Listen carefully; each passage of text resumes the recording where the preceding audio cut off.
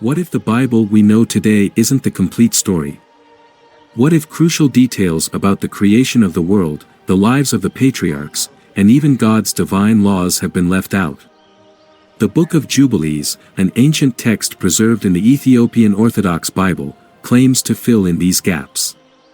Could this little Genesis hold the key to understanding hidden stories and cosmic truths? Why was this book banned from much of the Christian world? What secrets does it contain that were considered too controversial for mainstream Christianity?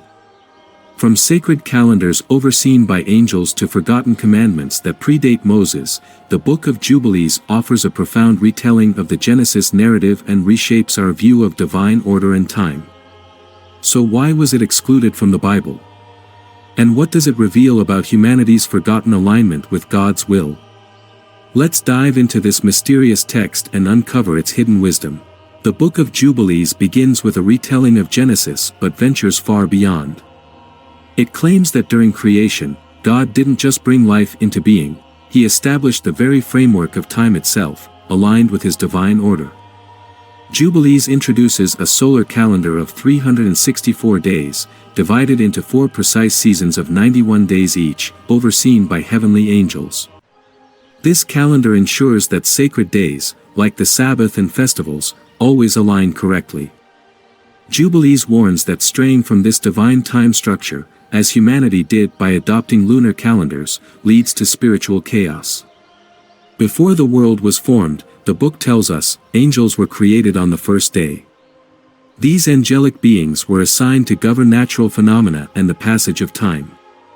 Their role in maintaining cosmic order is echoed in other ancient texts, but Jubilees emphasizes their critical role in aligning humanity with God's divine rhythms. Among its more controversial claims, Jubilees argues that the solar calendar, still reflected in the Ethiopian Orthodox Church's calendar, is the only correct measure of time.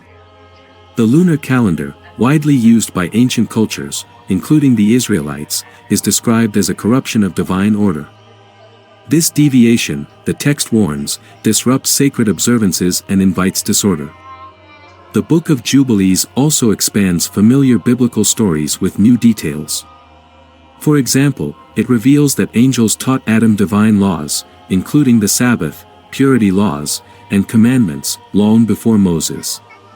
It emphasizes that Cain's murder of Abel was not just a tragedy but the first major breach of God's law.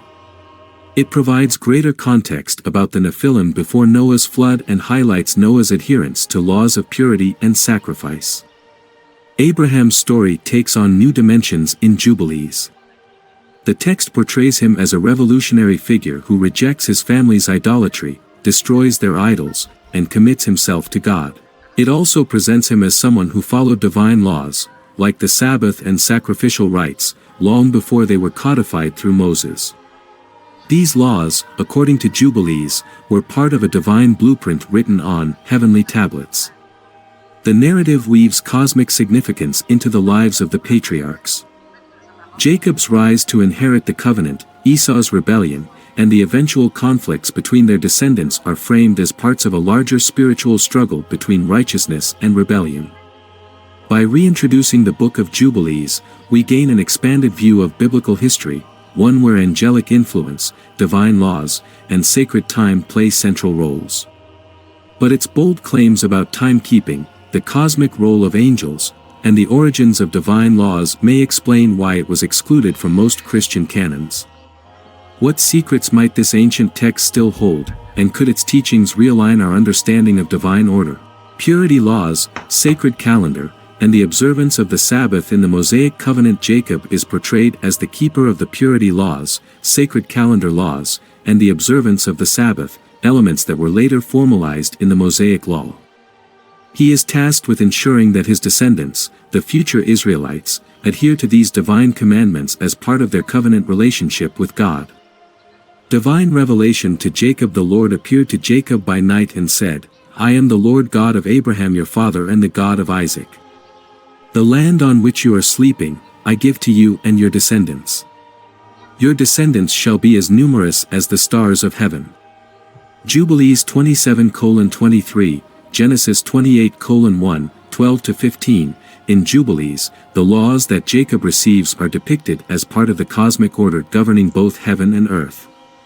Jacob is elevated beyond the role of merely receiving a birthright. He becomes the custodian of God's eternal commandments, including the Sabbath observance, linking him to the heavenly tablets. Conflict and prophetic vision. Jubilees expands on the rivalry between Jacob and Esau, framing it as a prophetic vision of the ongoing struggle between their descendants. The nations arising from Esau are depicted as adversaries of Jacob's descendants, the Israelites. This spiritual conflict symbolizes the larger cosmic battle between righteousness, Jacob/Israel, and rebellion, Esau/Edom. This struggle is not limited to territorial disputes but forms part of a greater cosmic war between good and evil. Jacob's role as custodian of the Sabbath. Central to Jacob's role as the inheritor of divine law is his observance of the Sabbath. In Jubilees, the Sabbath is portrayed as an eternal institution, rooted in creation and upheld by Jacob's lineage. Jacob ensures that his family observes the Sabbath as a sacred practice that aligns with God's cosmic design. This observance becomes a central marker of Israel's identity, distinguishing them from other nations and emphasizing their covenant with God. The 12 tribes in sacred order. The births of Jacob's 12 sons, Reuben, Simeon, Levi, Judah, Dan, Naphtali, Gad, Asher, Issachar, Zebulun, Joseph, and Benjamin, are depicted in Jubilees as aligning with the divine schedule ordained by God. While Genesis narrates the events surrounding their births, Jubilees stresses their predestined nature, linking their destinies to the sacred calendar and the cosmic plan. Each son's birth and role are written on the heavenly tablets, emphasizing their spiritual responsibility as heads of the tribes of Israel. These tribes are portrayed as guardians of God's law, tasked with upholding divine commandments, including the Sabbath. Reuben's disqualification and Judah's prominence. Reuben, Jacob's eldest son, loses his birthright due to a grave sin, Genesis 35 verse 22. In Jubilees, this event is framed as a violation of divine law, leading to Judah's rise as the tribal leader and Levi's appointment to the priesthood. The emphasis on Judah and Levi reflects their roles in the divine order, Judah as the forebear of kingship and Levi as the custodian of the priesthood and sacred observances, including the Sabbath. Levi's eternal priesthood. Jubilees emphasizes that Levi's priesthood was established on the heavenly tablets as part of God's eternal plan. Levi was chosen to mediate between the people and God, offering sacrifices and ensuring the observance of divine laws, including the Sabbath. This eternal mandate predates the formalization of the Levitical priesthood under Moses. Joseph's cosmic role and prophetic destiny. In Genesis, Joseph's rise to power in Egypt is attributed to his wisdom and ability to interpret dreams. Jubilees expands on this, portraying his journey as part of a divine plan written on the heavenly tablets. His rise to power and his role in saving Israel from famine are depicted as preordained, laying the groundwork for Israel's eventual enslavement and deliverance. Joseph's life is closely tied to the prophetic vision of the Exodus. His actions align with God's cosmic plan, and angels are depicted as guiding and protecting him throughout his journey. The tribes as guardians of divine law. In Jubilees, the 12 tribes are not merely inheritors of land but stewards of God's commandments, including the Sabbath. Each tribe carries a specific spiritual responsibility, ensuring that divine laws are preserved and observed across generations. And the Lord said unto Jacob, These are the laws for your sons and their descendants forever, written on the heavenly tablets, that they may walk in them and live. Jubilees 29:6, Genesis 49. This cosmic vision in Jubilees emphasizes that Israel's role extends beyond historical events to a divine mission. Their observance of the Sabbath and other commandments serves as a testament to their covenant with God and their role in the larger cosmic plan for humanity. The enslavement of Israel in Egypt was not merely a sequence of historical events but part of a divine narrative preordained to glorify God's power. According to Jubilees 48:1, it was written on the heavenly tablets that Israel would suffer oppression in Egypt and that God would deliver them through great power and wonders. This narrative positions their suffering and eventual exodus as integral to God's eternal plan, preparing Israel to receive the laws at Mount Sinai. In the Book of Exodus, chapters 7, 12, we see God's direct intervention through plagues to free his people from Pharaoh's oppression. Jubilees, however, adds a spiritual dimension to these events, depicting a cosmic battle between good and evil. It introduces the figure of Mastema, often linked to Satan, who actively works to harden Pharaoh's heart and exacerbate Israel's suffering. Mastema and his evil spirits encourage harsher oppression, testing Israel's faithfulness to God. Jubilees 48:9 highlights this, noting that Mastema sought to destroy Israel with hard labor and to cause them to forsake their faith. In this cosmic context, the plagues are not just acts of divine judgment but part of a larger spiritual conflict. Each plague is portrayed as a strike against Egypt's gods and the spiritual forces opposing God's plan. Jubilees 48:11 explains that the plagues demonstrated the impotence of Egypt's gods, affirming that only the God of Israel held true power. This emphasizes that the Exodus was not merely a political liberation but a spiritual victory over darkness. One distinctive feature of Jubilees is its emphasis on the heavenly tablets, which record God's eternal plan, including the laws and the precise timing of the Exodus. According to Jubilees 49:1, the Exodus occurred on the 14th day of the first month, a date set apart from the beginning of creation. This connection between sacred timing and deliverance underscores that Israel's redemption was preordained within God's divine calendar. Jubilees also claims that the Mosaic law was not newly created at Sinai but was part of the cosmic order, inscribed on the heavenly tablets before the foundation of the world. Moses was simply the human recipient of these pre-existing laws, Jubilees 6:17.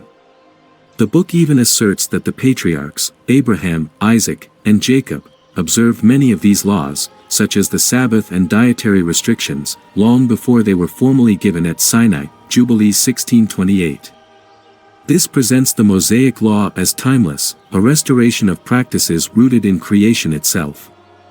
Another unique aspect of Jubilees is its focus on the cosmic calendar. It advocates for a solar calendar of 364 days, viewing it as essential to aligning human life with the divine order. Observing sacred times, Sabbaths, festivals, and Jubilees, is portrayed as central to maintaining spiritual harmony, Jubilees 5:2. Deviating from this calendar risks falling into error and disrupting the divine rhythm. Furthermore, Jubilees portrays the Mosaic law as binding not just for Israel but for all creation, including angels. The laws, observed in heaven, are eternal and universal, extending beyond the physical realm into the spiritual. Jubilees 50:13 states that the angels themselves keep the Sabbath, emphasizing the interconnectedness of heaven and earth within God's cosmic order. The book also offers a prophetic vision of Israel's future, emphasizing that their exile, suffering, and eventual restoration were all predetermined, Jubilees 23:32. It foresees a Messianic kingdom where God's laws will be fully observed, the righteous will inherit the earth, and evil will be defeated. Mastema and his forces will be bound and cast into the abyss, symbolizing the ultimate triumph of God's plan, Jubilees 23:29. The final judgment will separate the righteous from the wicked, establishing eternal peace and harmony with the divine order, Jubilees 50:13. In this cosmic narrative, Jubilees enriches the biblical story by emphasizing the preordained nature of history and the eternal significance of God's law. It highlights how the events of the Exodus and the giving of the law are deeply intertwined with the spiritual fabric of creation, offering a profound vision of God's sovereignty and ultimate victory.